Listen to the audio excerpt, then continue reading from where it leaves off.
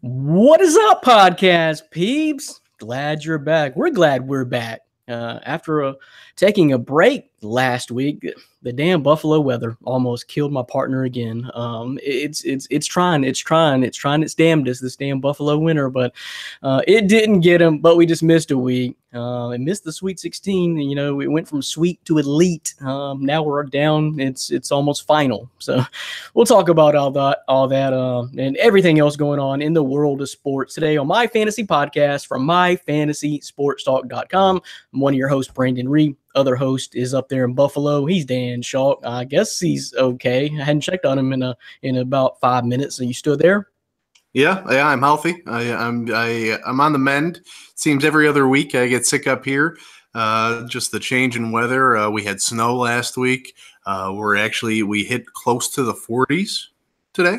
What do you think about that? 40s? Yeah. So I'll enjoy it, and we're going to get more snow next week, supposedly. So that's what happens when you live in Buffalo. So you just got to deal with it, and I'm on the mend. So glad to be back. Good. You're back just in time because Memphis did it. Memphis did it. As you were a prognosticator on the last podcast. Where are they going to fire Tubby? Yeah. And Penny ain't going to UConn, bro. He's coming home. Penny's coming home. So that happened while we were gone too.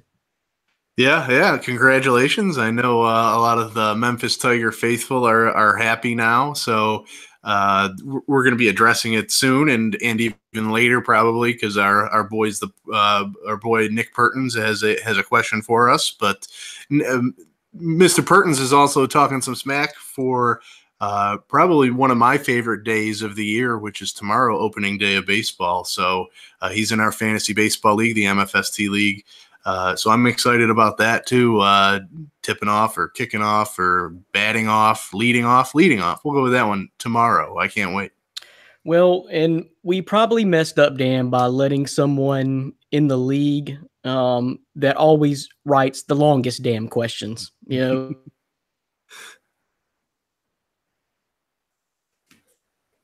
That may have been was going to occur. You knew trash talk was going, to happen when it's the person who writes the longest damn questions. So we got a long season ahead of us with the Pertins, Dan. Yeah, well, so I'm not exactly sure what you said there. I think I had some technical difficulties on my end, but all I got was Nick Pertins is a serious trash talker in our fantasy league, and it's something that we're going to have to deal with all year. That was the key points of the conversation. Yeah, but what I was saying is it's dangerous to let someone in the league that always writes the longest damn questions every week to us. So, they got a lot to say. They're novels, and we'll take them. I have to go through a paragraph. Luckily, he does good. He probably does some spell check. I would bet, and he's even sending messages to our fantasy league pretty consistently as well. So, Nick Pertins, we like it. We appreciate your fanhood of the podcast, but you have some time on your hands, I think, buddy. And all the trade proposals. I'm open for trades now. The Grapefruit League is finally over. But another surprise on the podcast today, we will have a special guest. Ryan Thomas of the Thomas Take podcast will join us today to talk about opening day and the NFL and the Buffalo Bills. Dan, you're Buffalo Bills, right? No. Oh, hey, there. So just so you know who my team is. We see, Dan. There's no disputing that. Oh, yeah. You can just look behind me, too. But, yeah. Yes, Brian giving Jason Witten the stiff arm in that photo there. No, that's love. But anyways, yeah, Ryan Thomas will join us. He's always, depending on who you ask, a good time on the show. But, yeah, looking forward to talk to him. He polled Buffalo Bills fans of who they want, I guess, or who they think is the best quarterback in the draft. And was it pick or draft? Was it quarterback specific, or was it just a draft pick? I'm not. It was rankings of who I think who they wanted their team, the Bills, to draft. And we'll have to get with Ryan a little bit later and find out exactly because. I've always said Bills fans are some of the dumbest in the NFL, and this ranking report kind of backs that up. Sorry, Buffalo, I live here, but it's questionable at best. So the poll, yeah, it was just quarterbacks here, and I don't know, Dan. I got some supporting info here that says maybe they're not so crazy. It may look so on the outside, and maybe it is. It's crazy, but I don't know. We'll talk about that. But very interesting poll, and we'll hear from the man himself, Ryan Thomas of Thomas Take. So, of course, guys, we're going to get into the NCAA tournament, talk about that, recap what's been going on, give our Final Four predictions. We'll talk some NBA, take a look at the standings, potential playoff matchups, and just what's going on right now. And, of course, the MFST fantasy basketball playoffs are almost over. Yes, they are. And I'm glad you brought this up, Brandon. I am glad. I mean, should I let him in, or do you want to? No, okay. Last year's champ, me, is back in the is back in the championship round, and I have a lead. So, how does it feel, Brandon? This NBA is your sport. This is the one you want to win, and I'm about to win it 2 years in a row. And I got to tell you, it feels good. Tell me how you feel. It hurts. It hurts, man. Make it through the podcast. No, it's I got to regroup next year because I'm sick of this. If you go on to win this title, my heart is going to be hurting. My heart is going to be hurting because I've been there. Last year you beat me in the championship. This year my team just fell apart. It just wasn't my year this year for this reason, for that reason. I ran into Anthony Davis, who almost got you, but don't act like you just breezed into this championship round. And here's the thing about the playoffs. Now I'm just a bystander. Okay. I'm just a bystander, but, we'll talk a little bit later about this. I'm going too long-winded on this right now for the Open, but, it's the scheduling, man. Players start resting, players get hurt. It's tough. It's tough. Even for you, anybody has to battle attrition. I know you guys, and you just never know. It could happen today, tonight, tomorrow. You never know. So we'll talk about that. And the MFST Fantasy Basketball Championship, which Dan Chalk just may win. We'll talk about that. It is of the Thomas Take podcast. Talk about the start of MLB season before we jump into NFL talk, free agency news, draft talk, Dan's draft profiles, which don't end. Keep going, keep them coming. Check the site out every day. And then, of course, that Thomas Take Bills poll that we'll get into and talk to him about. This would be an interesting conversation. Then we're going to open up the mailbag and answer your guys' questions. We'll never leave that off the show. Never. Mailbag for life. So that's today's rundown on the podcast, My Fantasy Podcast from myfantasysportstalk.com. So, Dan Shaw, this tournament, I know it is lined out the way you saw it going, right? Yeah. No, I mean, I would sadly, I think in our small group of brackets that we put together, we had one tournament challenge, and I would honestly, I probably think I watched more college basketball than just about everybody in that group combined, maybe outside of yourself, Brandon. Doesn't matter. And I came in dead last. I didn't have anybody in the Elite Eight. You think you watch college basketball, you would know a thing or two. I knew nothing. I was pulling for upsets that just didn't happen. I had Loyola Chicago, but obviously not in the Final Four. It's been crazy, and it just goes to show that why the NCAA tournament is probably the best postseason in any sport, I think. I think so. Definitely. You just have basically about 3 weeks of madness, and just the opening couple of days and even the opening weekend are just insane. And you never know what might happen. We haven't been on the podcast since making our original prediction, so we missed the Sweet 16, basically the action from last week. So obviously we didn't get a chance to talk about history being made. Dan, you almost predicted it with Penn over Kansas.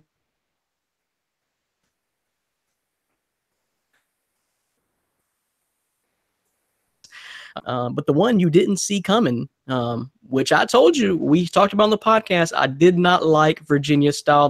It's just not a style suited for tournament play, in my opinion. You can't be too defensive heavy. and down, lockdown half-court game.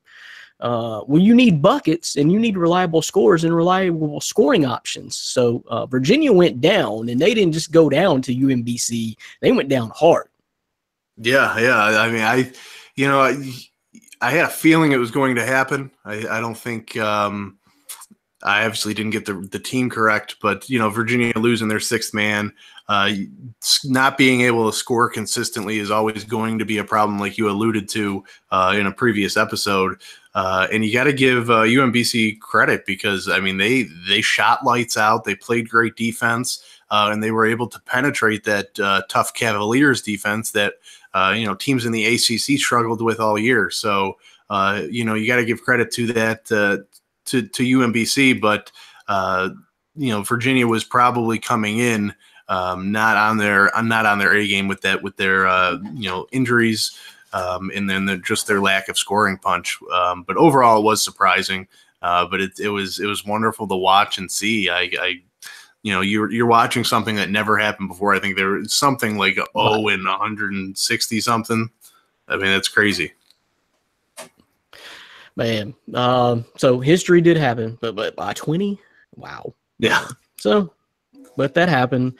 So I don't know, just was anything, obviously we know now Loyola Chicago is in the Final Four. So they made it through. Both of us had them in our Sweet 16s. But other than that, in their run, of course, what else really shocked you? Anybody getting, bouncing out early, like the North Carolina, just any other thing like that in the tournament that really surprised you? Yeah, the North Carolina one was surprising. I think is Xavier falling to Florida State was even more surprising to me. I know you had questioned that maybe that number one seed around Xavier as the seedings came off, but I mean they were, yeah, in my opinion. But if you look at their resume, I mean I think their resume probably was deserving of a number one seed, and you see them lose to a 9 seed, an ACC team. Like at Florida State. So that was kind of surprising to me. Kentucky was very surprising to me in the way they beat a Buffalo team that I was very high on. I mean, they shot lights out. Every single one of the Wildcats, played their best game. And then to see them, follow that up against, I think they played Kansas State, and I mean, the Kansas State just beat them. And I thought Kansas State was the luckiest team in the entire tournament. You beat an 8 seed in Creighton, and you get a 16 seed right back instead of a 1. So they were lined up to do well, and they beat a Kentucky team that looked great the previous game against Buffalo, but kind of went back to their freshman roots against Kansas State. So that was kind of surprising, that 360 that happened there with the Wildcats.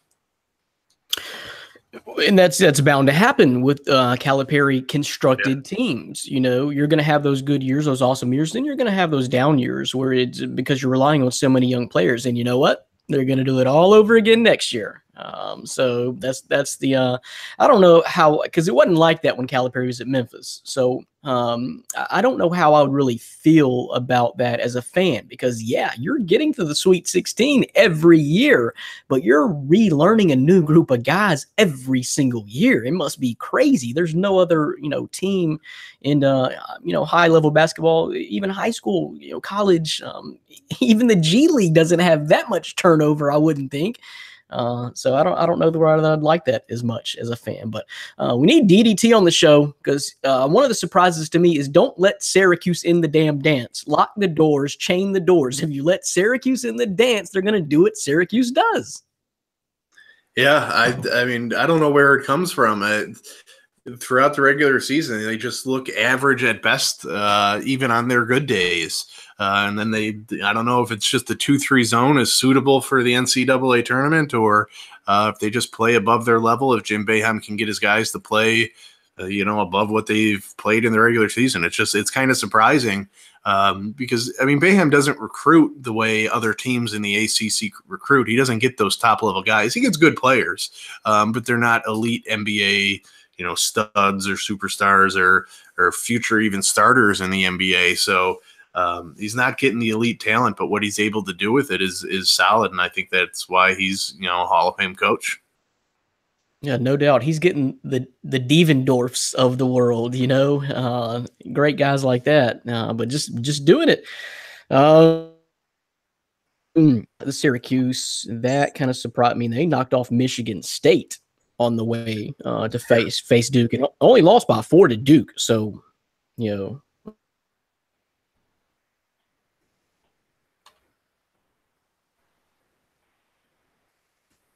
Purdue was one of your favorites for like the last couple of years, Dan.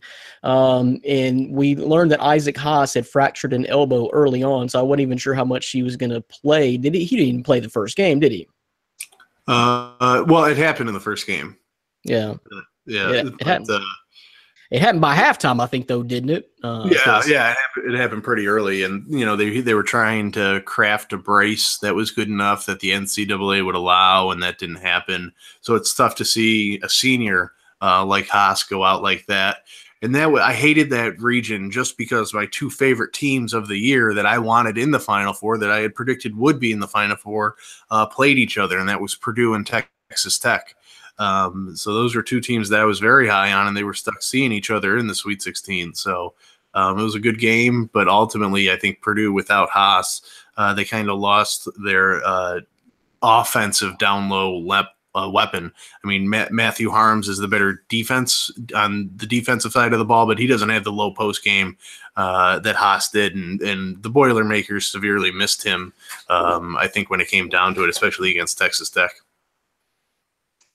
Yeah, that's just a big blow. You're losing your superstar there. So that win, I'll be honest with you. Texas Tech made it further than I had them going. And they went ahead and got smashed by Villanova. So the East was your East region was kind of like my Midwest region with all those guys that I would have picked in the Final Four. I mean, every single one of them, with Kansas, Duke, and Michigan State. Had they all been seated in different brackets, I would have had them go. So that was tough. But okay, so what about, I guess, kind of the grand finale to this point, that Duke-Kansas game? To me, you're not going to get a better national championship game than that. I don't care what the matchup is at this point. That was pretty much a national championship game, and it lived up to the billing, the hype, and you're not going to get a better basketball game than that the rest of the tournament. Do you know I did not watch that game? Yep. Oh my that is God. the one game. That's the one game of the tournament I basically missed. Lovely family commitments, when you have your future in-laws having birthdays, you kind of gotta deal with that, and it's a basketball-free household, so there's a little tear. But I was following it on my phone, so I was kind of staying up to date. What is a basketball-free household? It happens up here in Buffalo occasionally. It's not right. That's not a place I want to be. No, but you try getting out of it. Yeah, it's not. You won't win that one. Did you DVR it? No, I didn't. Well, no, actually, I did not. No. So I guess you heard, though. I mean, you saw highlights. I did, and my lovely father, who ended up winning our tournament, our bracket challenge already, he was texting me smack talk throughout, because he needed Duke to lose to win it. So he ultimately won it because of that loss. But yeah, that one hurt to be able to miss that. But I will ease my pains with opening day tomorrow. Yep. So Pops is getting the money. Pops is getting the cash. Mm-hmm. Cash flow to Pops. Okay. So let me go ahead and address a question real quick before we get into our predictions, Dan, for the Final Four. It's here now, so we can go ahead and do it. But we had a guy submit a question and talked about Loyola Chicago, and then asking us to predict who we have taking home the title. So this one comes from Henry Washington, who had Loyola Chicago winning the whole damn thing. Probably none of you bitches. Who's taking home the title? So Henry Washington. Me and Dan both had him in the Sweet 16, so I don't think we're quite bitches. I mean, we're not very masculine, you know. We're not complete studs in this regard, but we're not bitches. So, I mean, we both kind of saw they're just a good team, Dan. I think they were top 15 in the country in defensive efficiency. They're good. They're just a good team. Just, you know, Ben Richardson, Marquise Towns, Cameron Krutwig, you know, they just have a good mix. I think Krutwig is even a freshman. So they're just a good team and a great coach, which I want to talk a little bit more about here just in a second, Porter Moser. So I don't think we're really surprised, Dan. I'm not going to predict them to win the whole thing, but I'm not really surprised that they're the VCU or Butler or George Mason of this year.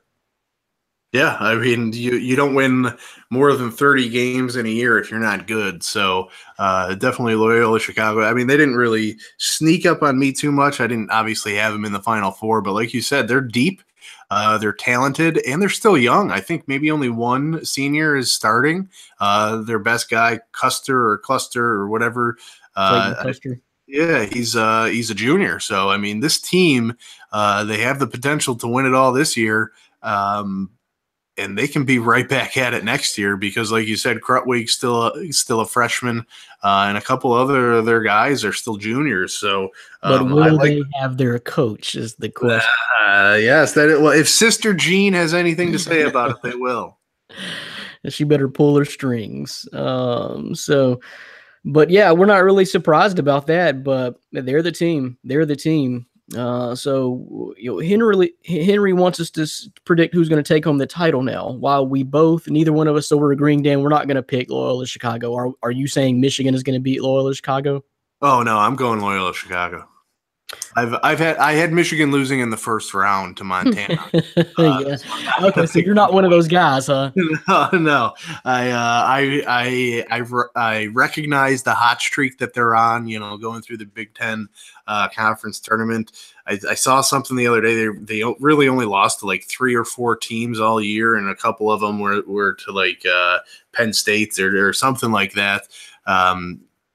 So, yeah, I mean, they're a good team, but I've slept on them all year, and I'm going to continue sleeping, and I'm going to, you know, give you the sign and praise Jesus to Sister Jean and Loyola Chicago to at least advance to the championship game. I agree. So many pundits and analysts had, you know, on Selection Sunday, Michigan to the Final Four.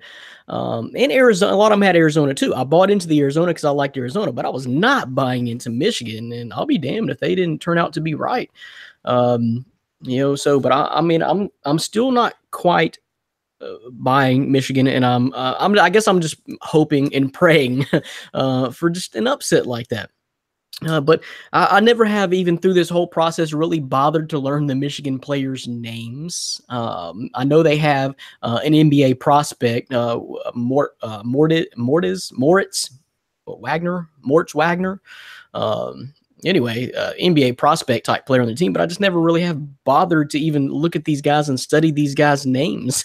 It's just not a sexy team to me, but I know John Beilein is a great coach. So here's a couple of stats here, Dan.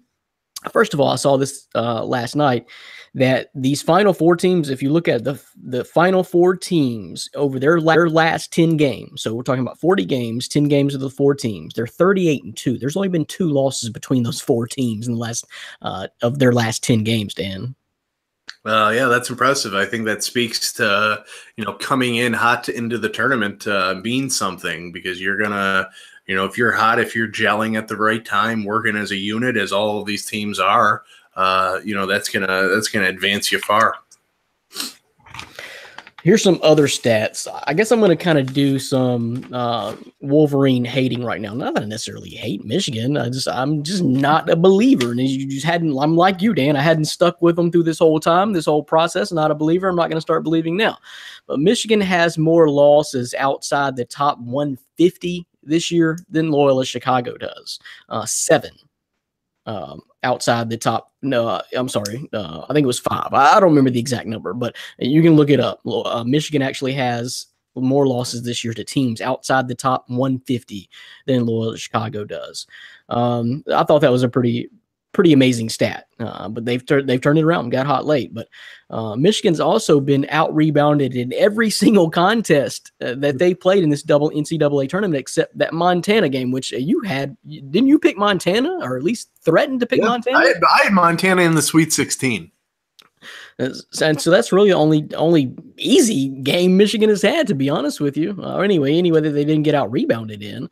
And they should have lost to Houston when they shot 33s in that ball game. But fortunately, they did get to that magical 30 number, Dan, because it was that 30th that won it for them off a freshman, Jordan Poole or something like that. Amazing shot. So they barely escaped Houston, but they got it off. But anyway, but to Michigan's credit, they've got the third best national semifinal record in the history of the NCAA tournament. Damn, they've been to 8. They're 6-2 in national semifinals. Interesting tidbit. So, but I'm picking Loyola Chicago. Just like you. I just think they got a good squad, and this is going to be a defensive battle, though, Dan. And this is, I guess, the way I'm swinging it, because Michigan shot 33s in that game against Houston. They shot 24 in another game. Maybe it was a Texas A&M game. I don't remember, but they shot. If they get out of hand and start shooting too many threes, and they're not hitting a real high percentage of these threes either. That game they shot 33s. They only hit like 8 or 9. I don't know. It was not good. It was not a great percentage. So if they get out of hand and start shooting too many threes, and Loyola Chicago does what they've been doing to everybody, they're battle tested through this tournament. They've won 2 1-point games through this whole process. So I think they're ready. So I'm picking Loyola Chicago. Now the next one, Dan, is where I have trouble. This is going to be a battle. Okay, if Kansas Duke was the national championship game, Villanova Kansas is going to be second. I mean, that's 2 great games right there. I'll go ahead and spoil it. Whoever I pick out of the Villanova Kansas matchup is winning it. I don't really care who comes from the other side. But this is going to be a hell of a matchup too, from 2 pretty good, deep, efficient, high caliber programs, Dan. So would you agree, I guess? Are you picking Loyola Chicago to win it all? Yeah, I'm probably going to go Loyola Chicago. That's more of a homer pick than what I actually think will happen. But yeah, I mean, I agree with you. Whoever wins Villanova Kansas is going to be the prohibitive favorite, no matter who they play. I have Villanova coming out on top. I just think they're too experienced over the Kansas squad. I honestly, I'd like Jay Wright as a coach better than Bill Self, on the floor coaching.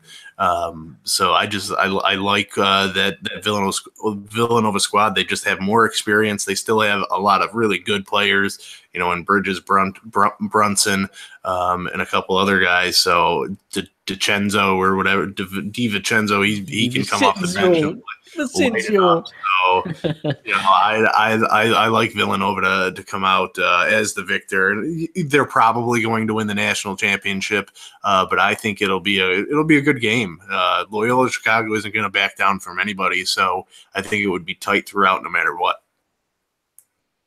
Okay, well, spoiler, let me get straight to it. Villanova is my champion, folks, at this particular point, because Villanova is the only team in the tournament not to even play a single-digit game yet. They've won all of their games by double digits. Only team to do so. And they're just deep, man. They're deep and efficient. Of course, Mikal Bridges, Jalen Brunson, but you got Amari Spellman, Phil Booth, those guys. And like Dan said, the elite coach. They're deep. They got 6 players averaging double figures. And so I know what Kansas just did to Duke, and Duke was my pick to win it all. And I like Kansas a lot. It's going to be a showdown. It's going to be a showdown throwdown. But I think the Duke game may have taken a little bit out of Kansas. And if I just had to pick an edge here, I think it's going to go to Villanova, who's not looked crusty at all during this whole tournament process. So I'm going to go with Villanova to beat Loyola Chicago, and that's my champion. So, but the only caveat to that is that Kansas is playing in San Antonio, and that's where Bill Self won his first title over, you guessed it, the Memphis Tigers, 2008, which according to the records books now, Tigers weren't even there. It never happened, folks. I don't know. It was a Magic team there, so it never happened. But anyway, yeah, that happened. And if Malik Newman plays like he did against Duke, and Azubuike's enforcer down low, and then by the way, Player of the Year candidate Devontae Graham, so that's a tough call for me. I'm just going to pick Villanova slight edge. But also, did you realize this, Dan? There's actually 3 Wooden Players of the Year candidates, finalists in this one Villanova-Kansas matchup. It's going to be a hell of a show. Yeah, I mean, usually when you think of Villanova, you don't think of NBA talent, but I think they actually are starting to recruit really high caliber players. And this game, it might not have the top draft picks in the draft, but you have some solid players going on both teams. I think it's going to be, even though I didn't see the Kansas Duke game, it's going to be right up there with that high level of intensity and competition throughout. It's going to be good, and so it all happens just like that. Is the Final Four. So we'll revisit it next week, and by that time we'll know who won it all. So real quick, Dan, that's it. Loyola Chicago, right? That's your pick. Yeah, sure. We'll go for it. It doesn't even matter at this point, huh? Pops cashed in the money awfully damn early, too. I mean, we still got 3 games to go. Yeah, I think that's how crazy it is. I mean, teams didn't even have anybody left in this Final Four. I mean, he has Villanova winning it all, the only one in our group to pick Villanova, which is kind of surprising when you look back on it. That's the only. I did have one team to make the Final Four. That was Villanova. That's it. That's the best I can say. That's the best I can do. But that's it. So before we close this out, Dan, I want to talk a little bit. There's been a little bit of a coaching carousel. Chris Mack left Xavier to take the Louisville job. Also, Jeff Capel left the Duke bench to go to Pitt after they fired Gene Stallings. So a little bit about this carousel, Dan. What do you see happening here? And do you like the moves made so far in this coaching carousel? Good luck to Capel because that Pitt program is a mess. I think they have like 6 water boys, a walk-on, and a couple graduate professors that are trying out for the team. What's weird about that is it's going to be his team from day one because he's going to have to bring in like 10 players somehow, somewhere. Yeah, I mean he's got a lot of work to do, but they gave him I think a 7 or 8 year contract. So I mean they're willing to ride it out with him. We'll see if they actually give him more than 2 years like Stallings, but it's good luck to him. And for Louisville, I think it's a great hire to get Chris Mack. I do like him, the way he was able to win at Xavier. The question I have is why would you lose Xavier? It's not like the Big East is a bad conference. Look how many teams. They had 2 number 1 seeds in the tournament, so the level of competition is pretty similar to the ACC, maybe not as good. But that Louisville program is also kind of in shambles. I mean, they have the FBI probe, the whole Pitino situation, the Pitino situation before that, and the Pitino situation before that one. So, I mean, he's coming into a program that isn't looked highly upon. So maybe he's gonna turn that around. But I was kind of surprised by that move. Well, I'll tell you why the move for Chris Mack is because he goes from making about $1.7 million at Xavier, $4 million a year at Louisville. And so from what I've seen, though, that the Louisville program is now clean. It is, and what I mean by that is they've ridded themselves of any position that had anything to do with past scandals. So they should have a clean slate going forward. But I guess that's Chris Mack's incentive, yes. But Porter Moser, I wanted to come back to him real quick, Dan, is that I think he's going to be Xavier's next head coach once this Final Four run is over, no matter what happens. That I'm calling it right now. I think that's a natural fit right now. Xavier needs to make a hire like that to stay relevant in a very tough Big East when you got teams like Villanova, Xavier is right there, Georgetown, even the Crichtons. Who am I missing here? St. John's. Yeah, St. John's. Yeah, with Chris Mullen, St. John's is coming up. Very tough. Providence. Like you said, they got 2 number 1 seeds in the NCAA tournament. So they need to make a really relevant hire. So that got me thinking about the resumes of Porter Moser to Chris Mack. So Chris Mack in NCAA tournament games, Dan, is 11-8. He's been to a Sweet 16, maybe two Sweet 16s, never made a Final Four. Porter Moser in postseason NCAA play is 8-0.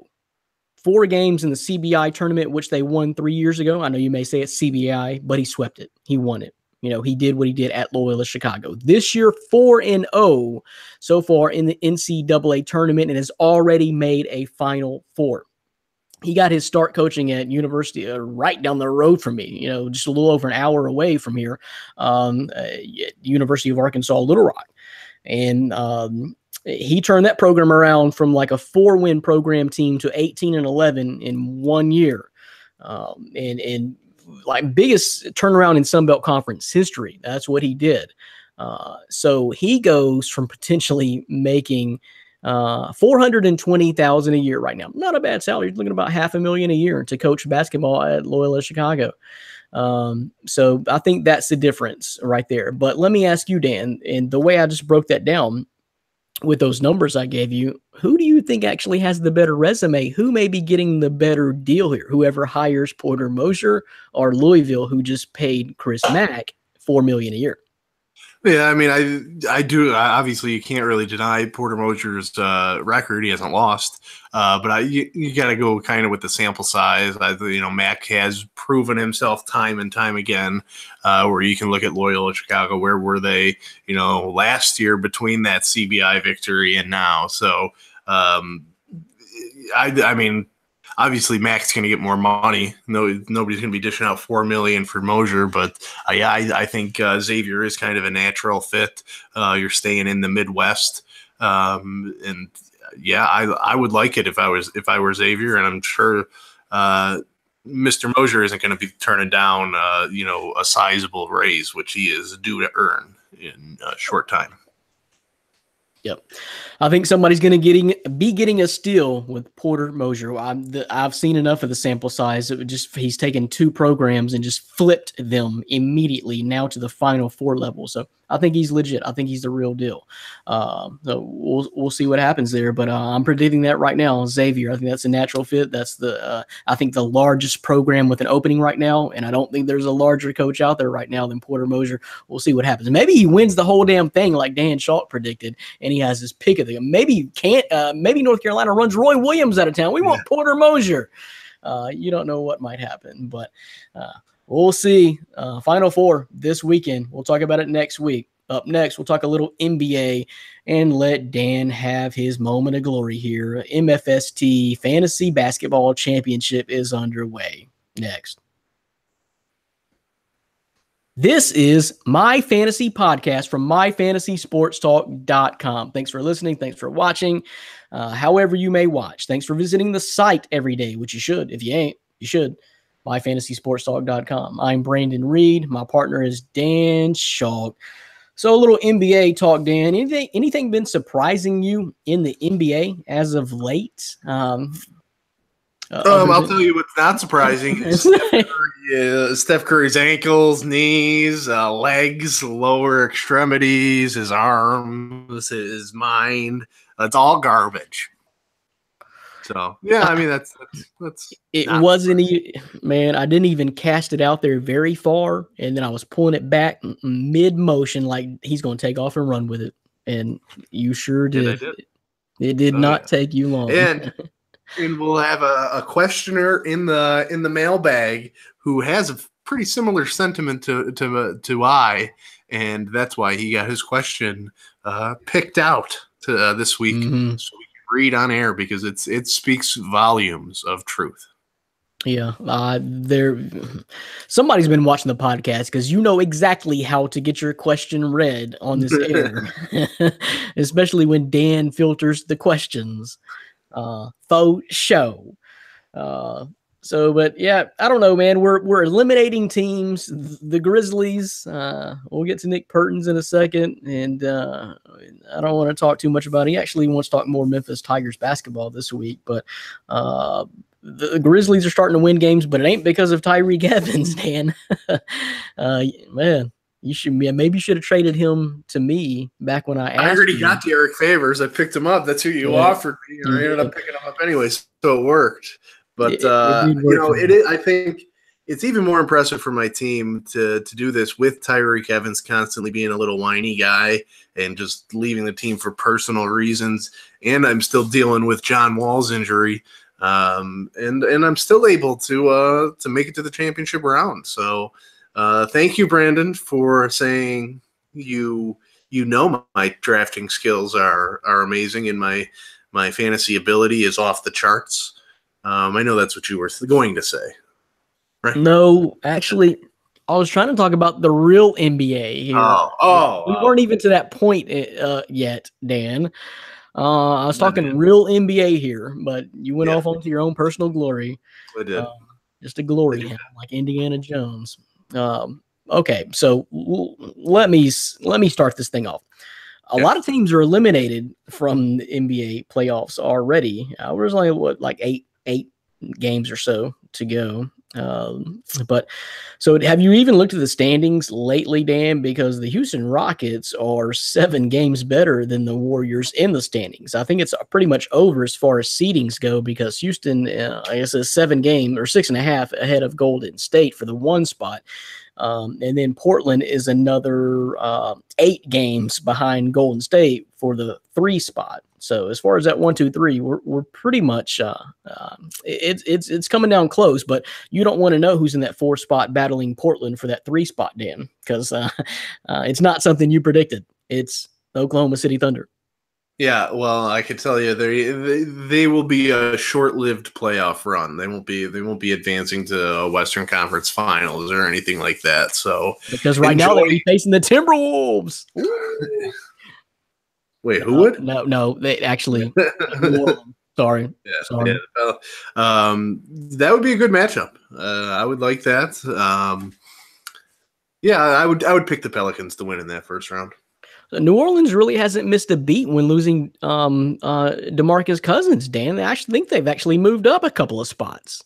I think it gives Anthony Davis more free reign of the offense and defense. It does, which you and I know.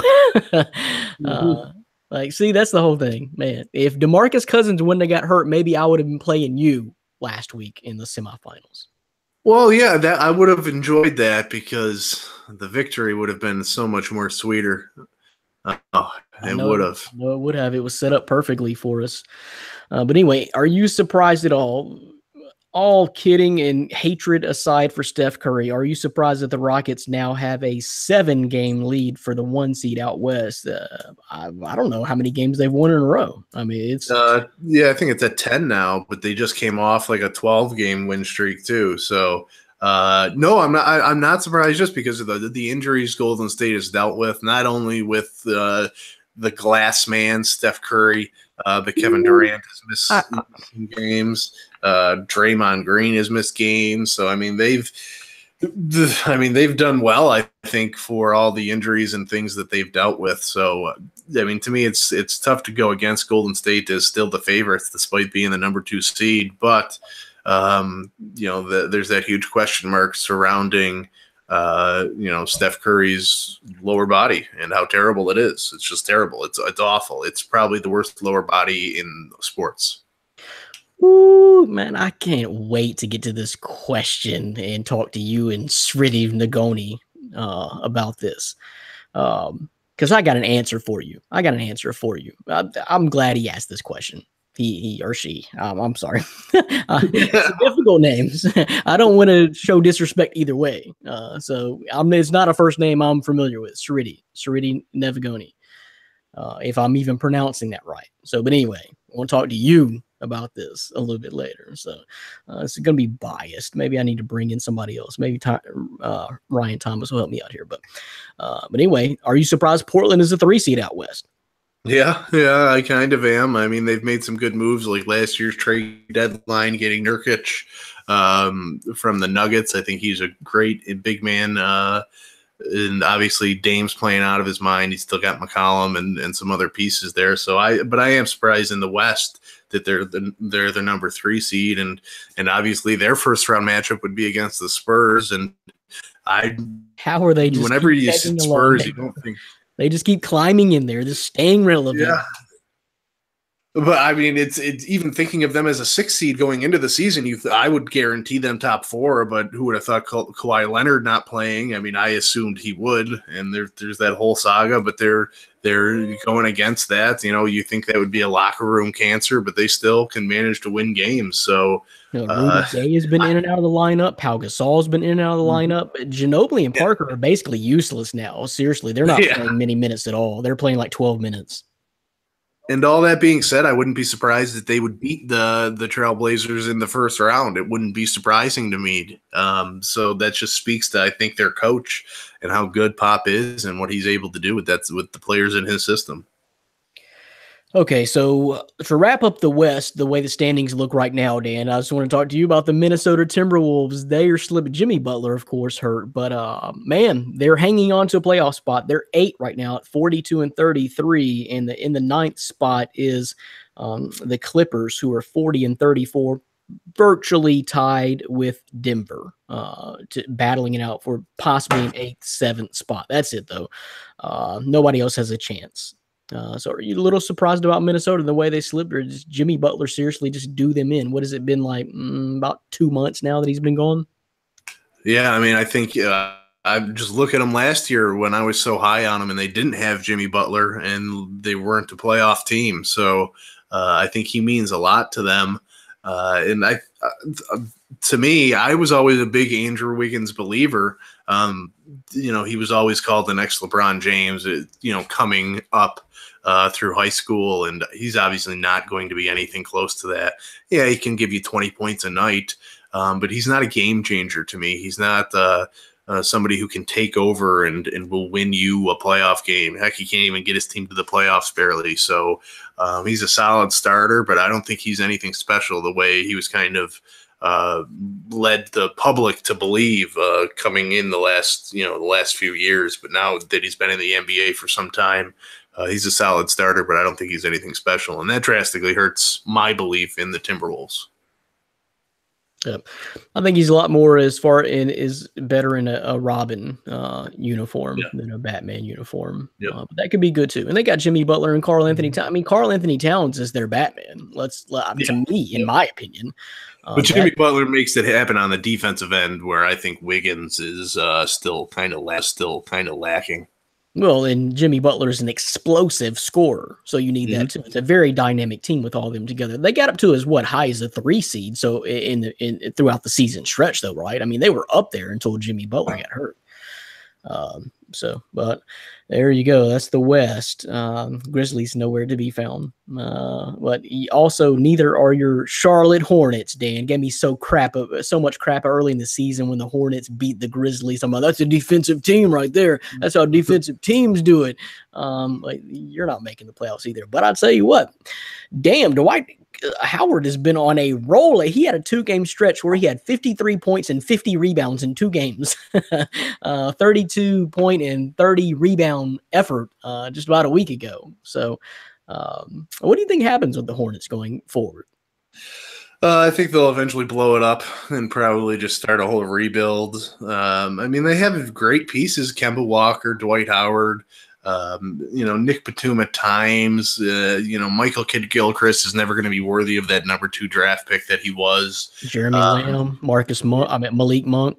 Yeah, so I mean, they have pieces, but it's just something that it just doesn't click in the terms of the win column. So I think Michael Jordan's just going to kind of blow it all up and start new. And for as good as Michael Jordan was as a player, he's not a very good owner.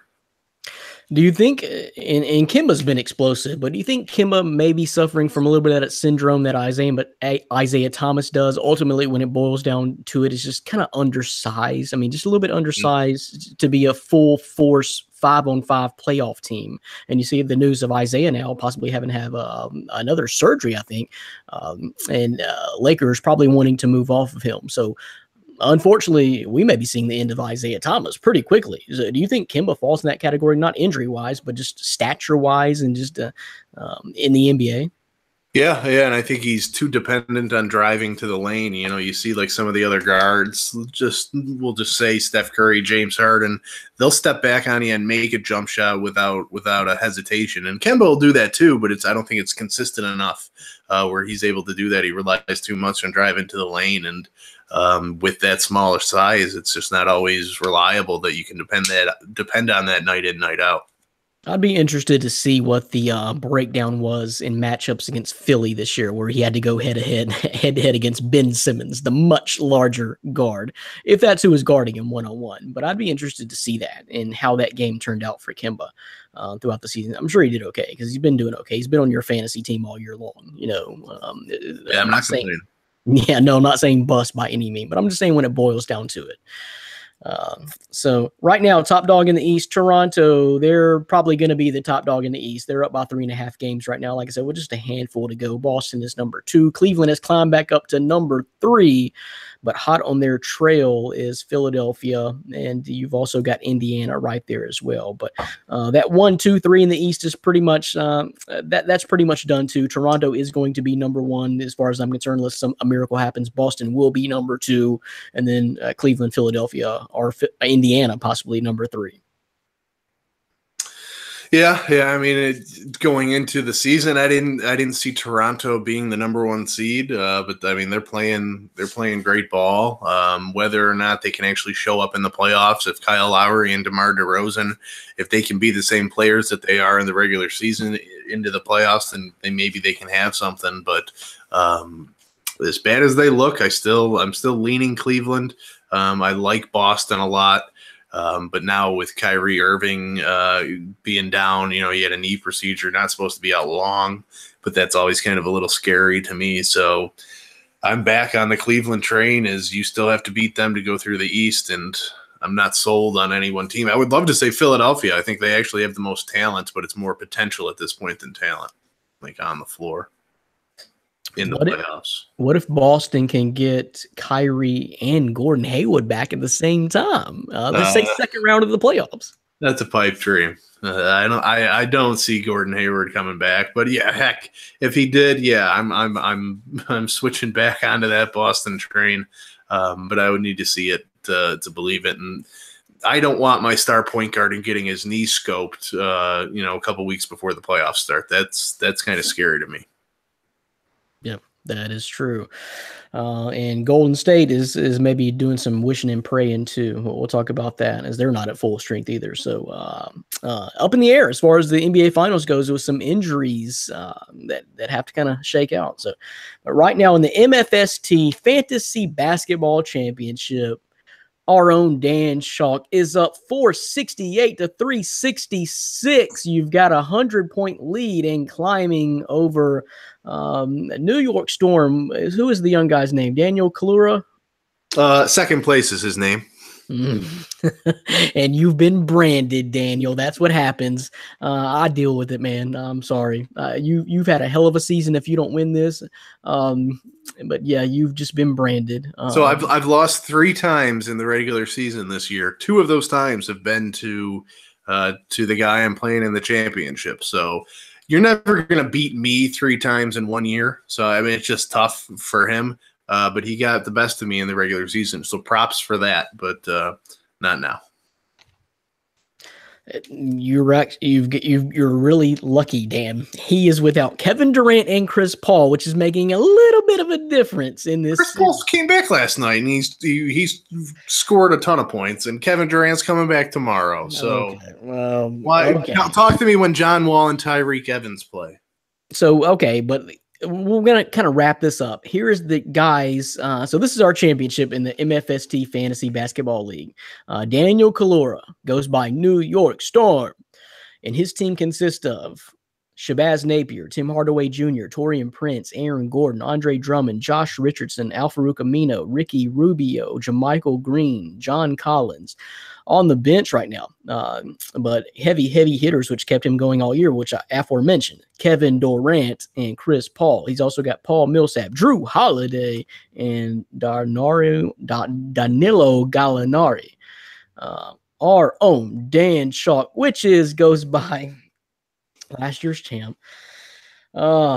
Trey Burke, Alan Crabb, Rondé Hollis Jefferson, Derek Favors, Dwight Howard, Kemba Walker, Damari Carroll, Ben Simmons, Dennis Smith Jr., Lou Williams. On the bench, he's been without, but hanging with John Wall, and then Blake Griffin, Tyreek Evans, Jeremy Lamb, Cameron Payne. Dan, you did a great job throughout the year, either picking up talent or you had a hella draft, because I think you got it could be, but you had a lot of foresight there. That's all I can say. If you saw the foresight, because I did not see the year Ben Simmons is having out of Ben Simmons. Tyreek, I had an inkling, but not like that. John Wall had a great year. You matched up, and then Kemba Walker and Dwight Howard's been killer for you all year long to play that combo as well. But you're winning. You are winning right now. You're winning by 100, a little over 100.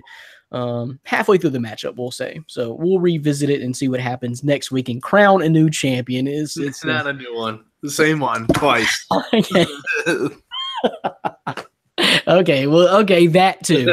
That may happen next week. I don't even know how I'm going to do this. I don't know how to edit this show. I don't know how much props you're going to want me to give you. I don't know. I don't know how big a deal this is going to have to be. I don't even really I'll think about it. I will let you know. Maybe we'll have cake. I'll have a slice of cake delivered to your house in Arkansas from New York, and you can eat it on air. Maybe we'll do something like that. Let's bring in Ryan Thomas. All right, let's do that. Ryan Thomas. Ryan Thomas of the Thomas Take podcast about to join us and talk everything. The start of the MLB season and NFL football, draft, free agency, and his Ryan Thomas Take podcast Buffalo Bills draft poll, which was very interesting. Let's do that. Yeah. This is My Fantasy Podcast from myfantasysportstalk.com. You know by now. I mean, you find us every week, hopefully, except when the Buffalo weather has my man down and out. Man, I swear, just looking back at it, this Buffalo weather has kept you just down. You know, I'm concerned with your health overall being, if it's not your back one moment from shoveling snow, it's the flu outbreak. I'm just concerned for you, Dan. You might want to move for your health. Yeah, it's a Buffalo epidemic. I think the guy who just joined us right now has dealt with the flu multiple times this year as well, and it's because of the stupid Buffalo weather, and it's bad. Yeah, I would like to move, but I have a house here. You and me both. Yep. Oh, no. Come on now, Ryan. You're Mr. Buffalo. You are Mr. Buffalo. The Thomas Take podcast is supplanted in Buffalo, New York. That is true. Right, you are. But in terms of the reasons as to why Dan would move, I would have to agree with him. I'm actually just getting over a little bit of a sinus infection, stomach bug, and it lasted what felt like an eternity. So I'm happy to be on the show. And that is Ryan Thomas of the Thomas Take podcast. So you did a recent poll. I don't know if it came out to your surprise. I think it came out to my surprise and Dan's surprise when we saw the final results. But I don't know. Let's not jump right into that. We'll save that. We'll tease that a little bit. What, you got paperwork? I'm thinking of some adjectives to use. Nothing expletive, no expletives. But we'll get to that. We'll get to that at some point. So, okay. Do you agree? Well, don't talk about specifics, yes or no answer. Do you agree with the poll outcome? No, not at all. I did it for a reason. The reason why I did the poll, I thought there's so much talk about these quarterback prospects. There's no one guy in this quarterback class that people can say, oh, that's Andrew Luck, or that's Peyton Manning, or that's John Elway. There's a huge debate as to who's the number one quarterback. My number one might be, let's just say for the sake of it, Sam Darnold, where someone else's number one might be Josh Rosen. There's no clear consensus number one. And I kind of wanted to, interact with the people that listen to my show and say, hey, you guys can go to these polls. I'll give you a pick. Who would you rather draft? And each poll probably generated about 500, votes per poll. And it proved my point that the media, in terms of, the NFL and the draft process, really parlays a message that is actually false. And the winners of the polls, if you don't mind if we get into it now, or did you want to wait? Just go. Just keep talking. Just go. The winner of the poll, I put Baker Mayfield up against Josh Rosen. I put Baker Mayfield up against Sam Darnold. The percentage that Baker Mayfield won these polls by just blew me away. It wasn't close. It wasn't, 50 to, 50-50, 51-49. It was 60-40 or worse, in terms of putting Mayfield against Darnold. I think he won 70% to 30%, which I thought was that was crazy. And then in the Rosen poll, he won 57 to 43. And I thought that was high as well. So I think it proves that Baker Mayfield, rightfully so, he's put himself in this position of being a former Heisman Trophy winner. Some of his antics off the field, the major networks like ESPN and NFL Network and Fox Sports continue to talk about him. And the more they talk about him, it actually misinforms the people as far as who's the best quarterback in this class. Well, and this is what I was talking to Dan about earlier, and I was trying to find the specific writer or article who put out this mock draft, but I just saw it just yesterday. Just one out of the three that I looked up, and they actually had Baker Mayfield going number one overall to Cleveland. So I'd have to see if I can find that, but it's not just a crazy rabid fan base, Ryan. There's a lot of people that just are buying into the swag of Baker Mayfield. Well, that's the main thing too. I thought at first, I'm starting to notice, some of my friends and things like that keep asking me about him. Like, he's the main guy that people are asking me about. What do you think of Baker Mayfield? What do you think of, his college career? And when I said earlier, he put himself in the right position to be talked about this way. His story is pretty remarkable. He's a 2-time walk-on. He won the Heisman Trophy. He had 2 great back-to-back seasons, but that was in college. We're talking about a completely different game. We saw guys like Jared Goff have, struggles in his rookie year, who was very good in college as well. It's happened tons of times over the history of football that just because you're a great college quarterback doesn't necessarily mean that your skill set is going to translate to the pros. And I think people are just in love with his college career and his story. They almost are trying to will it to work in the National Football League. And in this draft, it's purely situational. Depending on whichever team actually takes Baker Mayfield, he will either feast or famine.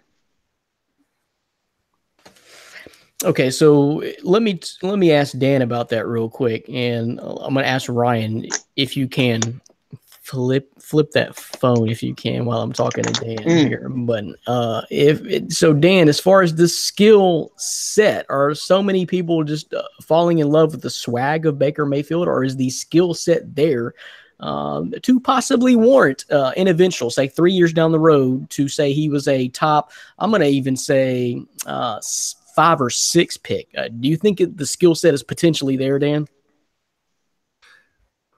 I'm the wrong guy to ask. My belief on Baker Mayfield is absolutely plummeting. The more people I talk to, the more tape I watch. His tape isn't bad. He makes good throws on tape. If you notice, though, I would say 80 to 90% of his times, 80 to 90% of the time, his wide receivers are wide open. He doesn't have to throw the ball into tight coverage. He doesn't have to force throws. I've heard draft pundits say he has great anticipation, but he's anticipating wide open receivers. There's no defenders. I mean, the Oklahoma scheme was brilliantly designed, especially when you're facing terrible Big 12 defenses. I mean, the Big 12 conference had the worst defensive mark out of all the Power 5 conferences. So they don't really play defense there. And running a spread system the way he does, that helped him put up gaudy numbers. And I think the general public, fans of the NFL, they look Heisman Trophy, look at those numbers, look at that completion percentage. He's a number one pick. He's the guy that I want. When in actuality, I mean, it's just not the case. I don't think he's going to translate very well to the NFL. I think you guys both saw the quote that I had put up a few days ago from a scout that I talked to that had told me inside the Oklahoma playbook, there were 12 plays total, 12 plays, multiple formations, but 12 total plays. And he questions Mayfield's ability to understand the verbiage of an NFL playbook and the in-depthness of an NFL playbook. That's going to be. And I saw that, Dan. I was very shocked by that. So, I mean, I don't know, with your insider thought or perspective, how off typical or atypical is that? I mean, what is the typical college playbook going to look like for a quarterback? Are we talking about an average of 75, 80 plays? Or are we talking about an average of 40 plays? Or is there some quarterbacks that are just going out there with 10 plays and that's your scheme? Yeah, I think it all depends on the system. I think if you look at a lot of the college systems, it is a lot of the same play with multiple spread formations. So it may not be atypical. I think 12 plays to me is a little atypical. You're going to have at least 50, I would say, put in the beginning of the season. And then each season or each week of the season, you put in more plays through the game plan, that works against your opponent's defense. So it's definitely not the norm to have that little. I don't have a number for you of what the exact is, but I bet you if you go to Penn State, ask Saquon Barkley what his playbook was, it's going to be pages and pages thick, because not only did they run multiple formations, but they had a multitude of plays. You can just tell watching Trace McSorley, who's not even really an NFL prospect, on tape, and the reads and the different patterns that his receivers are in, what Saquon Barkley was doing consistently. Their playbook, I bet you, was at least 10 times the size of Oklahoma's. Yeah, that's what I'm thinking. I'm thinking I got, 4 or 5 different plays for every type of run situation. 4 or 5 different plays for every type of pass situation. If you run multiple formations, 4 or 5, variations in that set as well. So I think 12 just doesn't sound like much to me. But anyway, as far as your poll, do you know roughly about how many people participated, Ryan? I would probably say 3,000 to 4,000, because I kind of did it in like a tournament style. I would say, hey, if the first guy, I was like, I've had enough. I need to put Baker Mayfield out there and see what people, are how enamored are people actually with this guy? Is it like you said, is it a fandom? Or is it, do they like his swagger? What I wanted to just try to gauge it.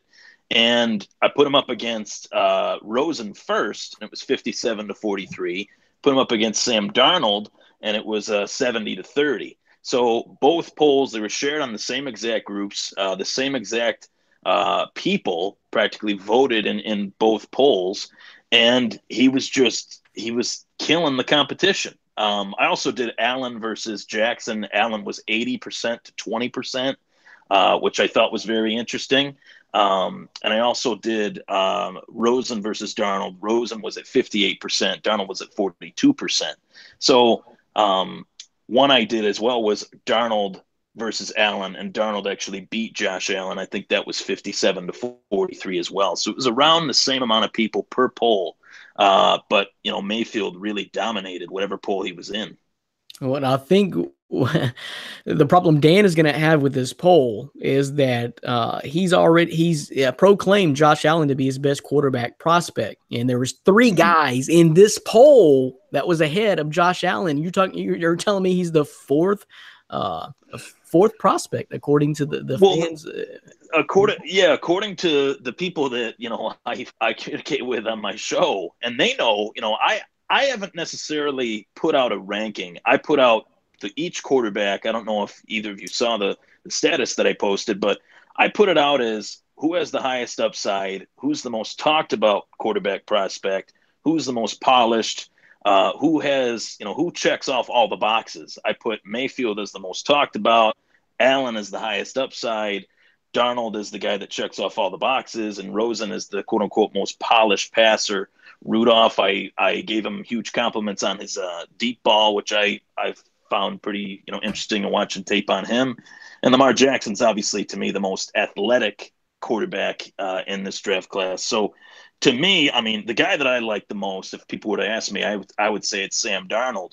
I think he's got the highest room to grow out of all the quarterbacks. There is room for him to grow, but his willingness to get better is something that I'm high on that. His attitude, his personality, I would definitely feed off that if I was playing with him. And I think that it basically went Mayfield, Rosen, Darnold, Allen, Rudolph, and Jackson, and that is not how I would rank them. I would probably rank them Darnold, Rosen. I would actually say Darnold, Allen, Rosen, and then Mayfield would be the second to last. I like Mason Rudolph better than Baker Mayfield. Well, very interesting. So, what's going to be the next Thomas Take poll? Because me and Dan are chopping at the bit here, and we got to know because that first one that was pretty interesting. So, what's going to be the next crazy topic? The next one, I'm definitely going to make it team based because the biggest segment that I've done last year was the biggest segment of the year was 32 picks in 32 days, where each day that I'm on my podcast, I talk about one pick after another in this year's draft. And I've already went through picks 1 to 6. I did 1, 2, 3 in one episode, and it's technically not in 32 days. I just liked the title. I thought it was catchy. So I did 1, 2, and 3 last week, and then I did 4, 5, and 6 today. And I'm going to be putting out polls based on the 2 players that I think each team should take, and get everyone's thoughts on who they like better, who they think is a better fit for those teams. One of those teams we'll be talking about a little bit later. So 32 picks in 32 days. Yeah, it sounds like a rap song, man. I like it. Yeah. So, it's not really 32 days, but hey, it's like Thomas Take. You ain't really taking anybody anywhere, No, I'm not driving. Sounds good. It just sounds good. I need a designated driver.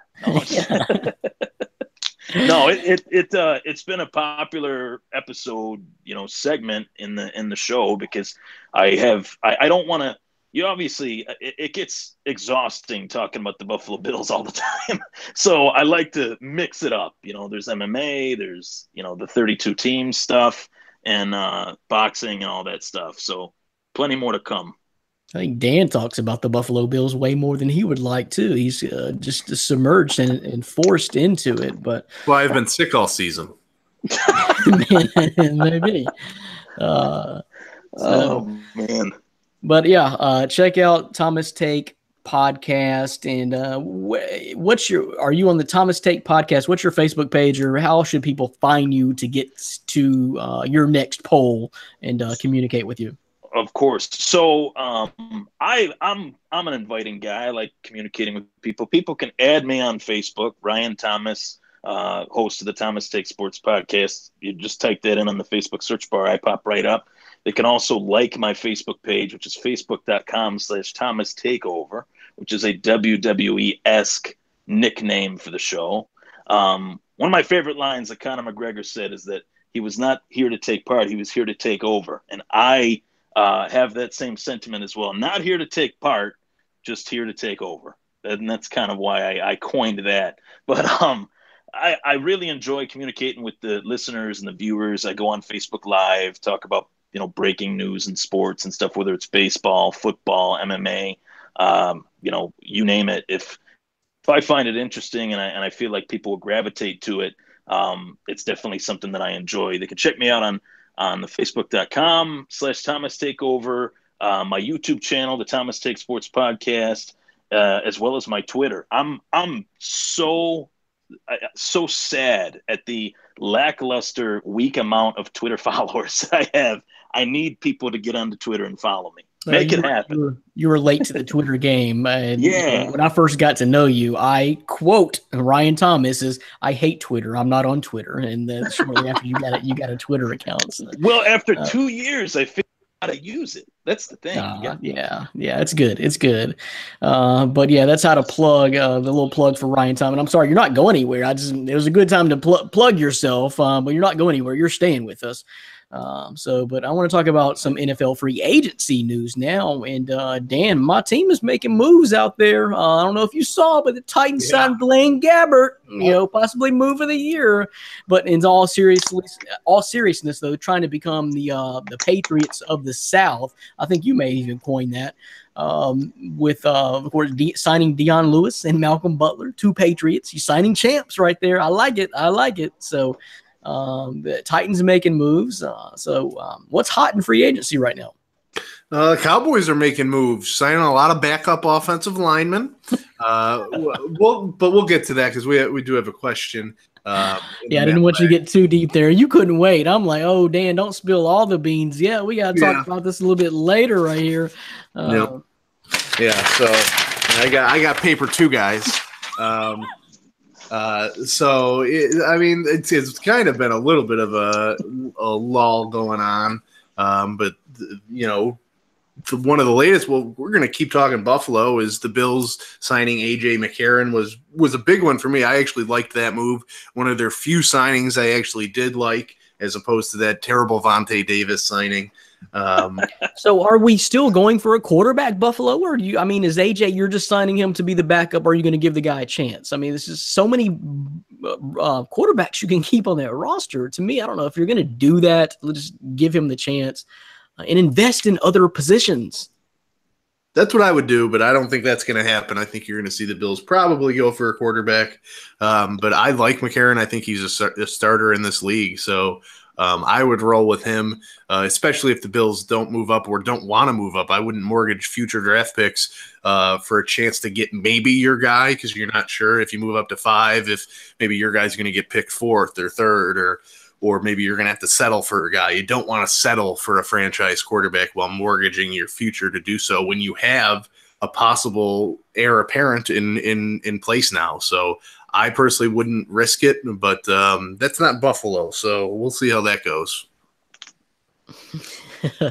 What was your thoughts on that, Ryan? I mean, would you not just want to, if you're going to invest in the guy and sign him, bring him over, at least give him the shot to just say, okay, it's your year for a year? I mean, you've had some tough times in Buffalo at the quarterback position, although you made the playoffs this year. But it's kind of like the situation Cleveland is in. I mean, you can't screw it up too bad. It's only going to be for 1 year at the very worst. So, I'm at a point as a Bills fan, I was excited about the AJ McCarron move. I was a little bit nervous. I had heard reports and tweets about the Patriots being interested in him, and Dan posted that as well. I thought, oh my God, the veteran quarterback market was dwindling, and I was actually very thankful that Buffalo was actually able to get a guy that actually is not a veteran. Everyone says, well, he's a veteran. He's had only 4 career starts, so he's just as much a rookie as anybody else. He's been a backup to Andy Dalton, though, so hopefully he's learned what to do and what not to do. And I want to see him play. I want to see what he's got. As Dan alluded to, I don't think this changes anything in terms of their plans to maybe get a quarterback, but I do think it changes the type of quarterback that they get. Having A.J. McCarron signed to a 2-year deal, I don't think they're going to be so willing to trade up for, let's just say, a Josh Rosen or a Sam Darnold. I could definitely see at 12 the Bills going with Josh Allen, or maybe in the second round taking a Mason Rudolph. Either of those options would allow A.J. McCarron to start and to play while that guy learns, and that's a good situation for Buffalo. There you go. So anything else? What's I know, and I think I may have even mentioned this. We had a question about Ndamukong Suh last time on the podcast, and there was a mention of him possibly being signed by Dallas, and Dan was having none of that. I'm kind of interested here. This is kind of it just seems fitting, I guess, to me that several teams had met with Ndamukong Suh and backed off. But he eventually did land with a team that I mentioned. Why not? The Rams. So what do we think about that, Dan? Good move for LA. I mean, that defensive line is the best in the NFL, and it's really not even close. So I respect, what the Rams are doing. Les Snead is doing a heck of a job out there. It's not a lot of risk. You look at $14 million, that's a lot, but it's 1 year. So if he doesn't work out, if he's not good in the locker room, if he's getting a little lead footy and stomping on guys again, then he's gone next year. But to pair him up with Donald Brockers and whoever else they have, up front there, it's going to be a dangerous combo. And I'm pretty sure Sam Bradford already broke a collarbone. Yeah. No doubt. I feel sorry for that whole NFC West. I don't want no part of that. None of them quarterbacks. Russell Wilson. Who else is in that division? Jimmy Garoppolo. Yeah, Jimmy Garoppolo. Yeah. Welcome to the NFL starting role, Jimmy Garoppolo. I don't want none of that. So what else, Dan, though? What else is out there that is that we hadn't got to talk about in the last couple of weeks? The biggest news as far as free agency signing outside the Dallas Cowboys, of course. Man, I mean, you got the whole Odell Beckham. Is he going to get traded or not? I would lean towards probably not. I don't think the Giants will do anything crazy there. The Saints signed Benjamin Watson today. It's right now we're just kind of getting into those little signings, that might make an impact, but also might not have any impact on that. So I don't know. One thing I actually did see the other day that I didn't mention to you, Brandon, John Robinson got his contract extended. Did you see that? I actually did not see that, but that's a no-brainer. I mean, as far as the coaching hires, that's still all yet to be determined. With Mike Vrabel, we'll see what happens, and letting Dick LeBeau go and bringing in a guy who was wanted to retire and walk away. So that's yet to be determined as far as the biggest personnel shakeup under John Robinson. But make no mistake about it, he is a talent flipper. He turned that team into a number one pick team in the NFL, draft pick that is, to a playoff team in 2 years. Incredible job. So, but I did not know that he was extended. But kudos, job well done.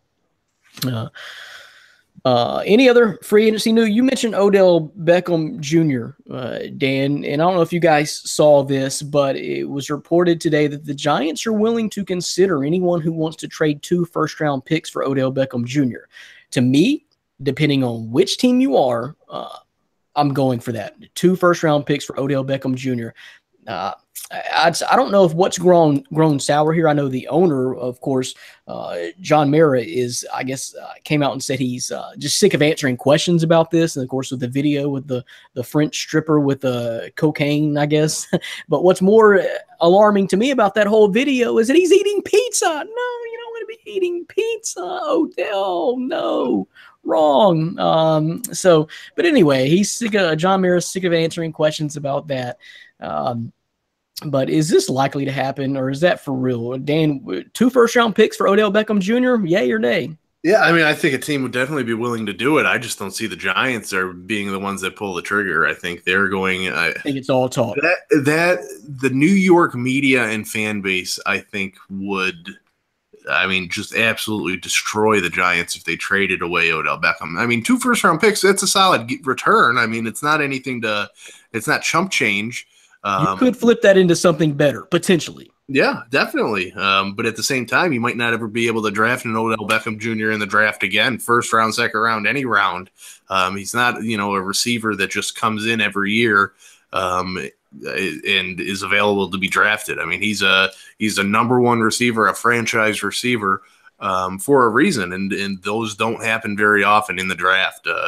This is supposedly a deeper wide receiver draft, and I'll bet you there's going to be 2 or 3 wide receivers taken in the first round. Two out of the 3 are probably going to bust. They're not going to be, anywhere near Odell Beckham's class. So you have a sure thing in him. I would hold on to that if I were the Giants. What's your take on that, Ryan? 2 first-round picks for Odell Beckham Jr., yay or nay? Well, first I have to make a joke, as I always do, because you said Odell Beckham was in trouble for the stripper and eating pizza. If that was the case, some people, especially in this Western New York area, would be in big, big trouble. Some people that are watching right now, I'm looking at you. I won't say his name, but no.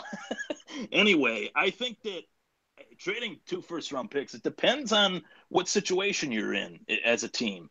If you're really looking to make a huge trade and put your team, quote unquote, over the top, I know this sounds crazy, and Dan will probably be like, wow, I don't know if this will happen.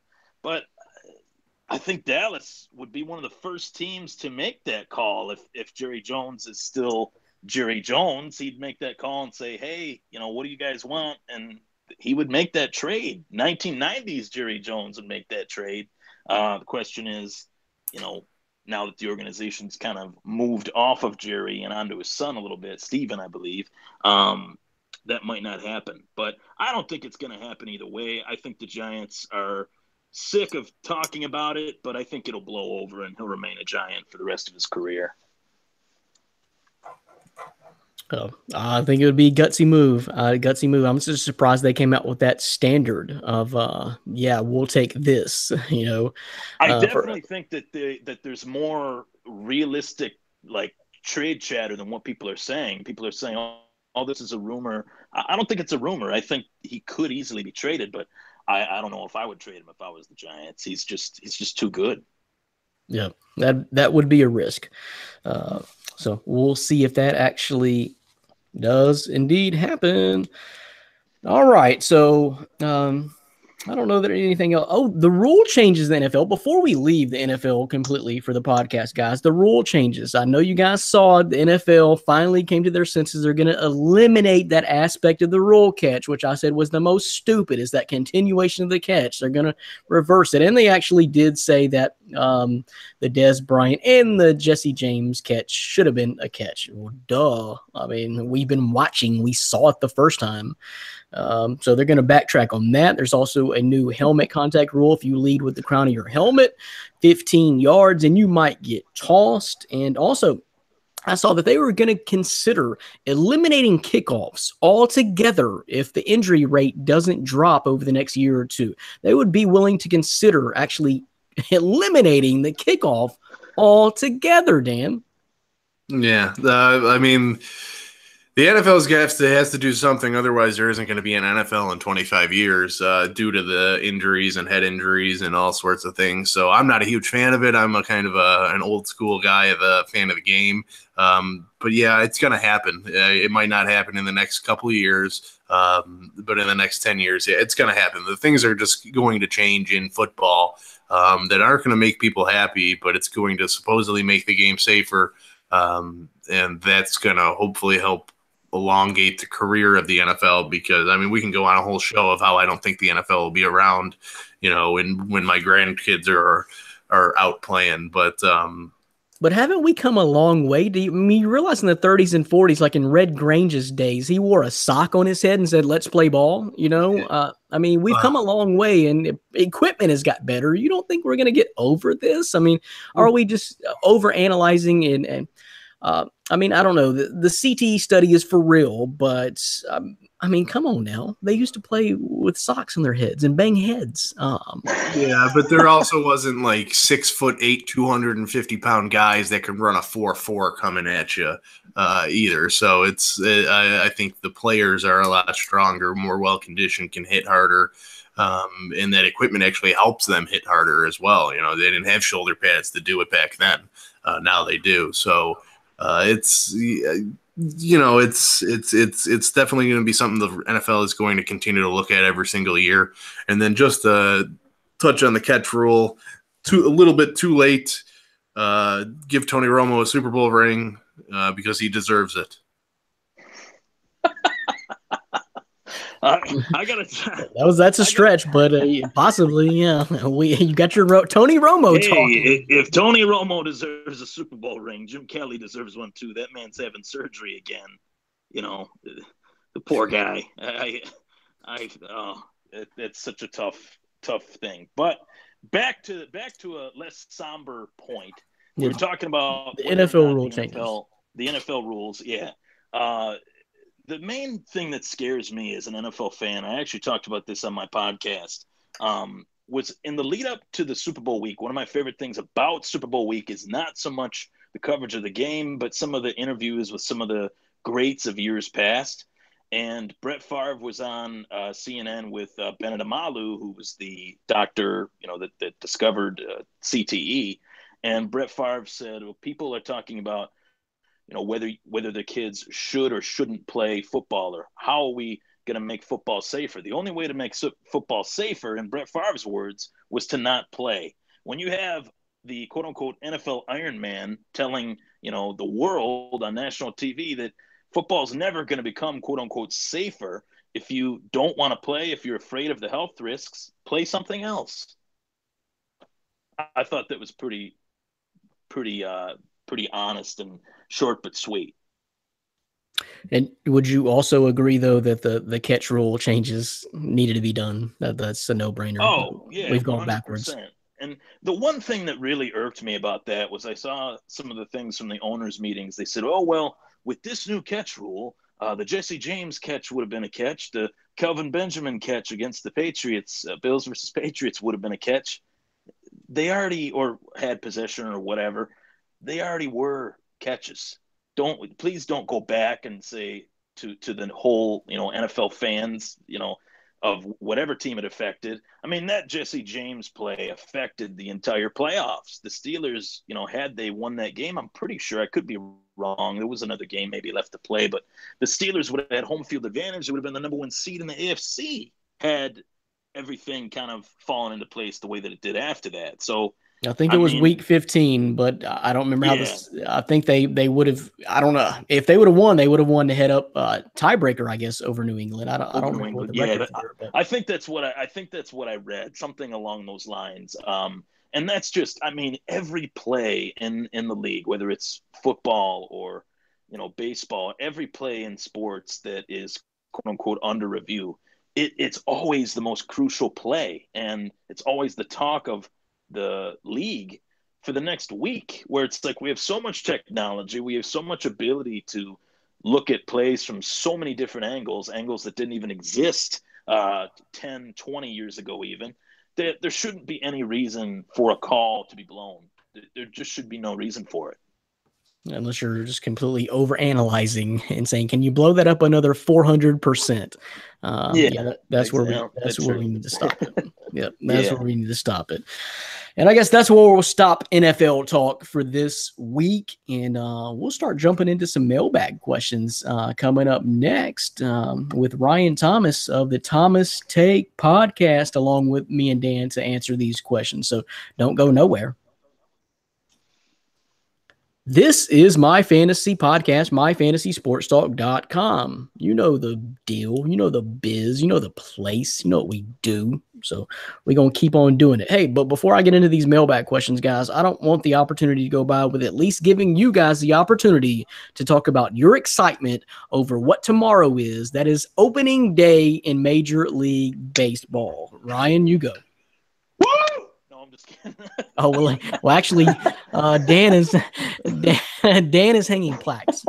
Oh God, doesn't he have enough? Hi guys. I actually got a few on my wall too from the Red Sox. So Can't see them. We're right there. We're right there. So I'm so excited. A day that should be a national holiday, a day that every baseball fan should have off, in my personal opinion. Should be opening day. It's a new dawn. It's a new day. Me as a Red Sox fan, the Yankees-Red Sox rivalry is going to be pretty fun to watch. You got Dan's team, the Houston Astros, who I believe actually got better than what they were last year, which to say they've gotten better is pretty remarkable, given the season that they had last year and how talented they are. I thought getting Garrett Cole was a huge move for them. And baseball, we were talking about the NFL and changing rules and stuff like that. Baseball needs to slow their roll on that front, but maybe we'll get to that a little bit later. I don't know how I missed the scheduled ring ceremony for Dan on the podcast. I completely missed that. It was a little distracting, Dan. I got to admit. Well, that's what happens with baseball. So this is my Astros World Series champion plaque, and we're going for a two-peat. A two-peat. So I can't wait. I have off of work. I have a chilled 18-pack of Heineken in my fridge. I already wrote my article on the Astros. You can check it out on the site. And I'm looking forward to it. I can't wait. It's going to be a nice long season for you, Brandon, especially in fantasy, as you take another beating. But I'm looking forward to it. I can't wait. Probably won't sleep tonight. Much deserved. A great season for the Astros, and they got another chance again this year. But that raises another question for me. Hold up, I just realized, Ryan, you're not in our fantasy league again this year? I'm not. Yeah, I don't know why. I didn't get the memo. What's up with that? Man, that's tough. That is tough. Yeah, I didn't get the memo, but no, I have Dan's Dynasty League that I'm in, which isn't the MFST League, but I'm in the Dynasty League, and I'm in my own league too, which I've commissioned for probably about, I think this is the 10th season. So I'm very excited about that. It's a smaller league. It's 8 teams, but the rosters are much larger. So, in terms of the waiver pool and stuff like that, it's very slim. The way I have my league, but I have keepers year in and year out. And I was actually able to add, I got Dan's boy, Dallas Keuchel, back again, but I was actually able to add Chris Sale to that, which I was so happy to get Chris Sale, as long as he doesn't take any more line drives. Well, I'm excited for the season too, and just see where I can stack up against Dan. So I need one. But as far as the league and the competitiveness, you're going to miss out, Ryan, because we got a very competitive league this year, and should be fun because we got guys like Nick Pertins and Judy Pertins talking trash to us already. The season ain't started. Yeah, and offering trades and trying to bamboozle us and things like that. So it's going to be fun. So we're going to kick off the mailbag segment with a question from Nick Pertins. So, yo, MFP, you guys ready to lose in the fantasy baseball league? We'll probably talk smack all season long. Well, no shit, Nick. We've got that already. We've got that message. You don't need to duplicate it on the podcast. We got it. It's real. But yeah. Anyway, my real question is for Brandon. Penny Hardaway, Brando. Finally. Hate to see a great teacher like Tubby go out like that, but it needed to happen. Give me your thoughts on Penny landing his high school players. I would love to see James Wiseman in a Tiger uni. Nick Pertins. So, yeah, no doubt. I kind of agree with you. I'm in the minority around this area I hated the way that Tubby went because I know he didn't ingratiate. I've said this before on the podcast, said it many times, social media, whatever. I know that he didn't ingratiate himself in the community. I know there's probably things that you didn't like about Tubby Smith, where he's old school, stubborn, whatever. But the dude knew how to teach basketball. And I just wish that relationship could have worked out somehow with Penny and Tubby on the same staff, at least for a year or two, for the benefit of Penny, not for Tubby. So I just wish it could have worked out a little bit better that way, but it wasn't meant to be. Penny wasn't going to do it that way. Tubby wasn't going to do it that way. Whatever. But I couldn't be more happy that Penny Hardaway is now here because the program is just instantly flipped just like that. And speaking of flipping, he's already flipped Alex Lomax. He has the potential of flipping DJ Jeffries. And if you can imagine next year, 2019, getting just the guys from East, James Wiseman, as Nick mentioned, Malcolm Dandridge, Jonathan Lawson, or Chandler, whichever one is older, whichever one is graduating next year, but I think it's Chandler. Jonathan is the younger one, I believe. So the Lawsons, and also adding possibly Tyler Harris. The Memphis team is instantly better if we can land all those guys. You're talking about an instant tournament team, and I have full confidence in Penny Hardaway. And not even a question. So I'm pretty excited about that.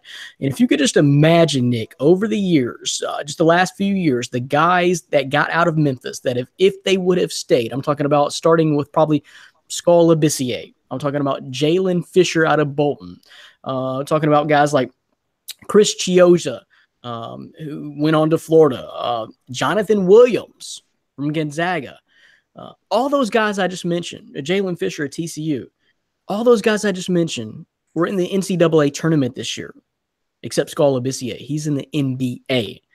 Those are guys that came out right out of Memphis's backyard. So if you could just imagine Memphis just keeping their homegrown talent, then yep, the sky is the limit. And I'm excited, Nick. I'm excited. It finally happened. It needed to happen.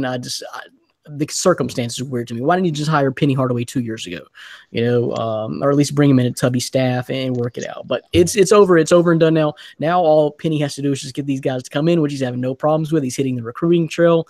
Penny is going to be a great marketer of the University of Memphis and the Memphis basketball program. And it's all smiles for me, man. But I kind of wish that it would have worked out a little bit different with Tubby. And if you haven't seen the Dan Dockich interview, Dan, I encourage you to look this up. Look up ESPN 92.9 ESPN out of Memphis and the radio interview that they did with Dan Dockich yesterday.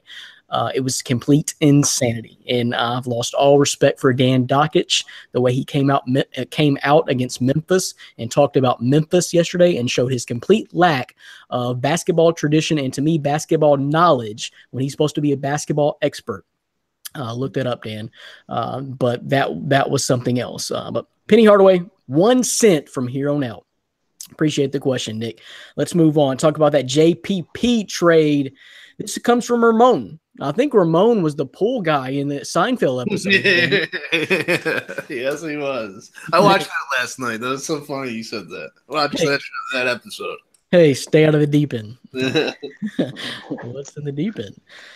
But what does the JPP trade mean for the Giants' number 2 pick, Dan? I mean, I'm going to say trade out, stack some picks, acquire some talent, unless you're going to go Bradley Chubb. And if you're going to go Bradley Chubb, how much better is Bradley Chubb than probably the next defensive lineman, the edge rusher, Harold Landry? Dan?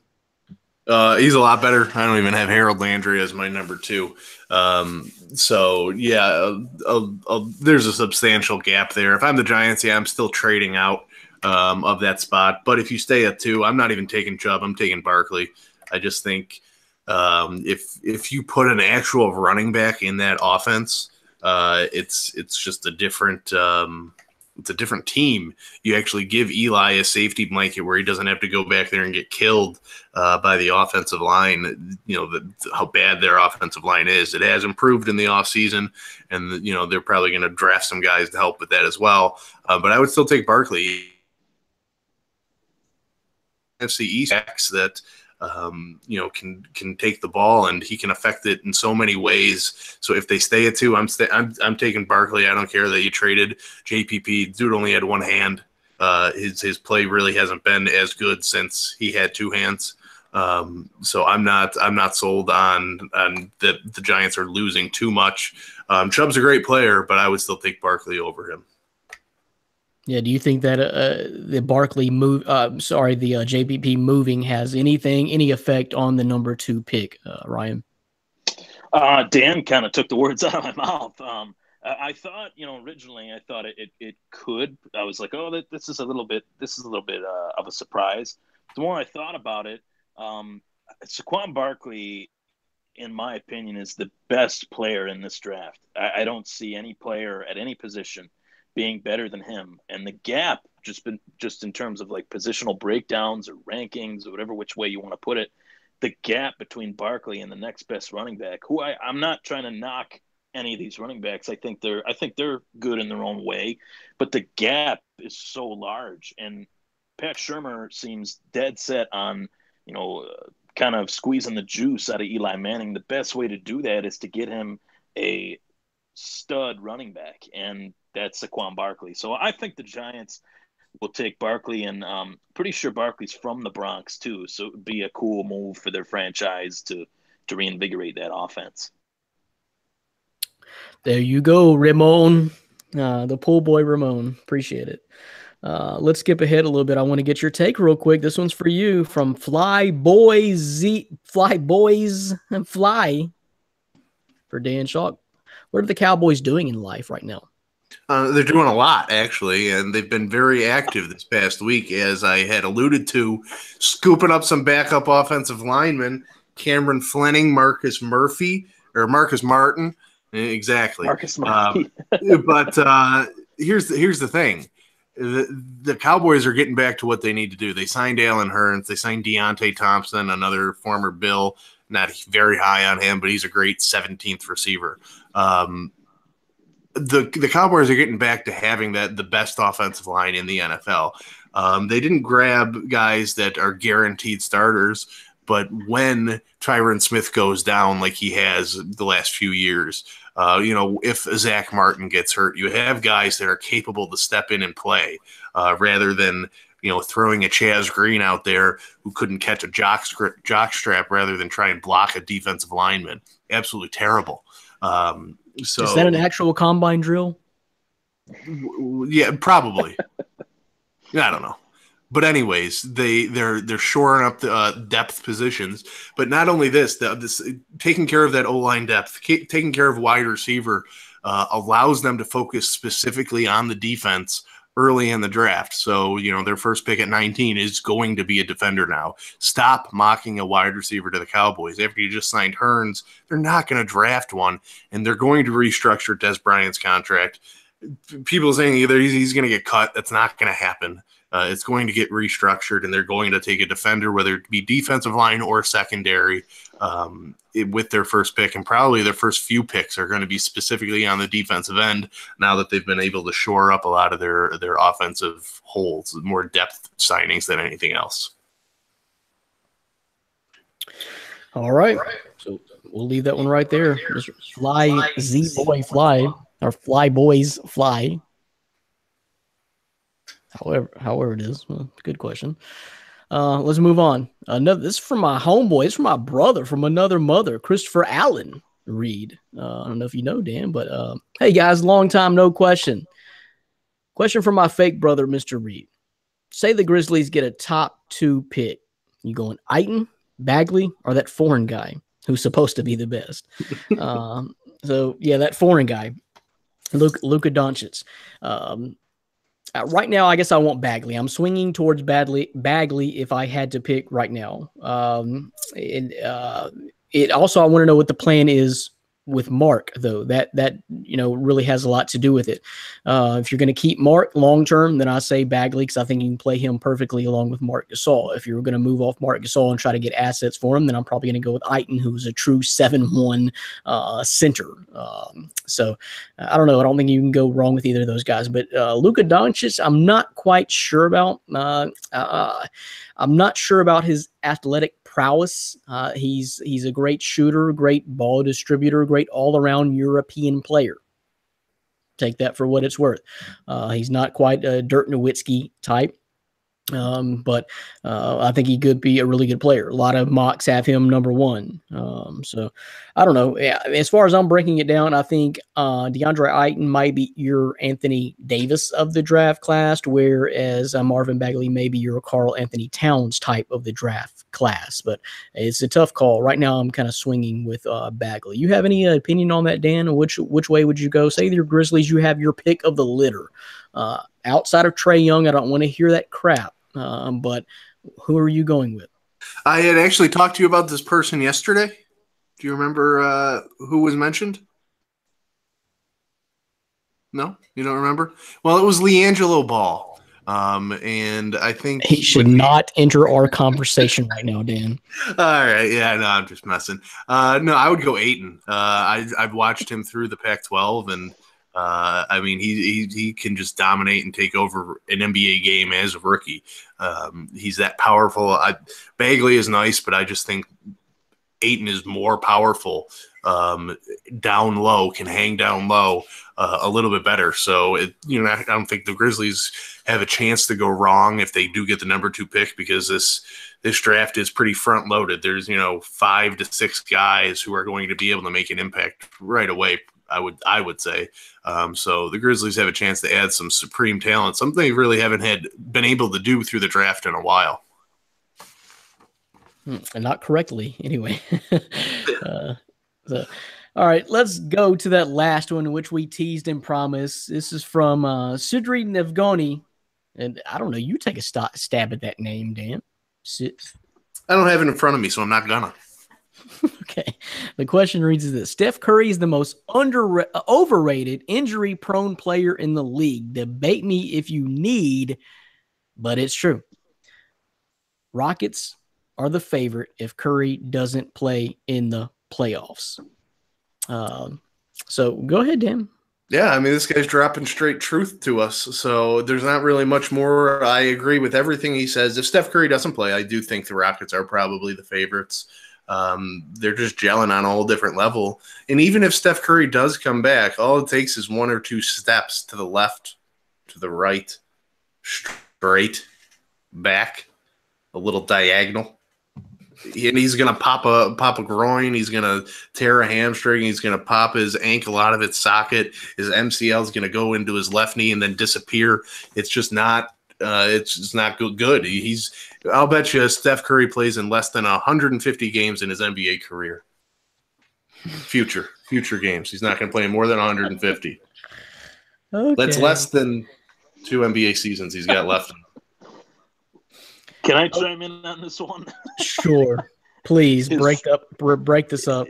This has nothing to do with his game, but right now at the Niagara Falls Fashion Outlet, Steph Curry's shoes are $29.99. They are terrible.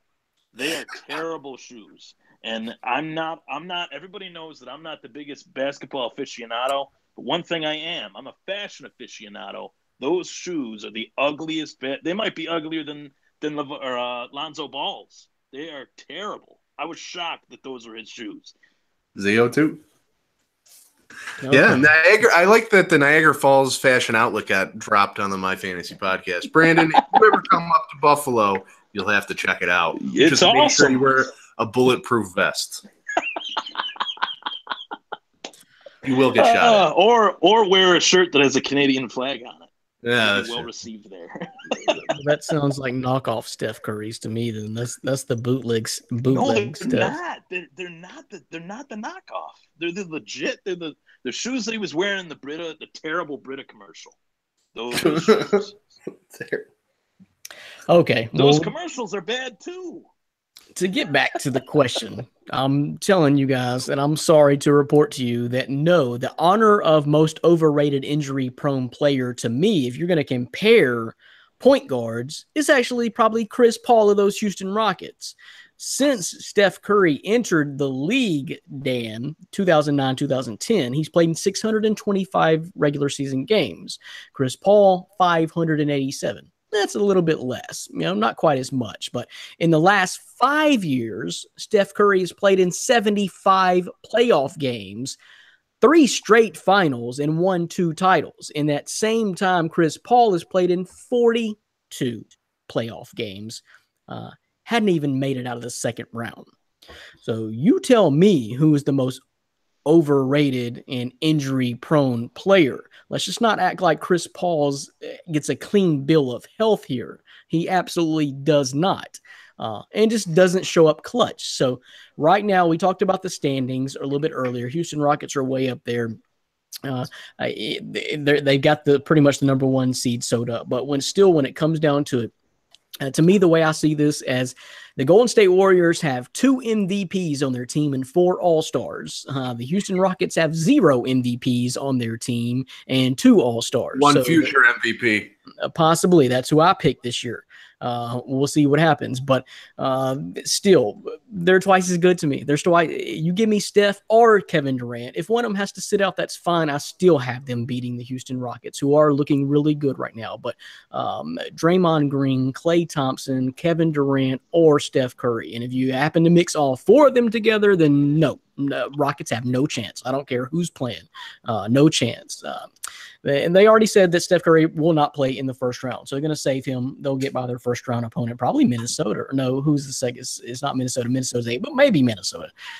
We'll see. But no, I'm not buying that. So there's your answer, Sidri Nevgoni, if I pronounced that right. Sorry. But I got double teamed on that one, Ryan. But the answer is Chris Paul. Plus, he's the most whiniest little baby in the league. That's not true. Steph Curry's just no. Nah, man. You go watch Chris Paul in person. What the camera doesn't see tells a lot. That's what I'm saying. Every break, he's in the official's face. It's weird. It's sad. It's funny. But Ryan Thomas, so glad you could be here. Tell the folks how to get at home, how to get a hold of you, and how to find your podcast and all that, and talk about yourself. Well, as far as outside of the fact that I'm an extremely handsome young individual, and just as humble as Dan, let me add. as just as humble as Dan. Oh boy, that's bad. So let me move on. Facebook.com/Thomas Takeover is the Facebook page. My Twitter handle is @ThomasTakeover. You guys can follow me on there. Boxing, MMA, football, Major League Baseball, even some minor league baseball, Buffalo Bills news, you name it, it's on there. There's a lot of good stuff happening with the show. I'm looking to get more guests onto the show. One guest that I lined up, I'm going to announce it right now, is Baby Joe Macy will be on my show. And if those of you that don't know, Baby Joe Macy retired 36-0, 29 knockouts. He had a head injury that, he had to step out of the boxing game, but he was one fight away from a world heavyweight title shot versus Vladimir Klitschko at one point, and had to step out. But I'm going to be talking to him about his career. And he's a Buffalo-born and bred fighter, and very excited to have him on. So you guys can check that out. Probably be on next week. So good stuff. That's awesome. There you go. Thomas Take podcast, bringing the heat. And don't forget to check out our website, myfantasysportstalk.com. You'll see some of Ryan's work, and you'll see a whole lot of Dan's work as the draft profiles are being published. And, of course, you'll see this podcast, My Fantasy Podcast. We appreciate all the questions, appreciate all the listeners and viewers of My Fantasy Podcast week in and week out. So until next week, for my co-host, Dan Schultz, appreciate Ryan Thomas for being here. I am Brandon Reed. Later, podcast peeps. Peace.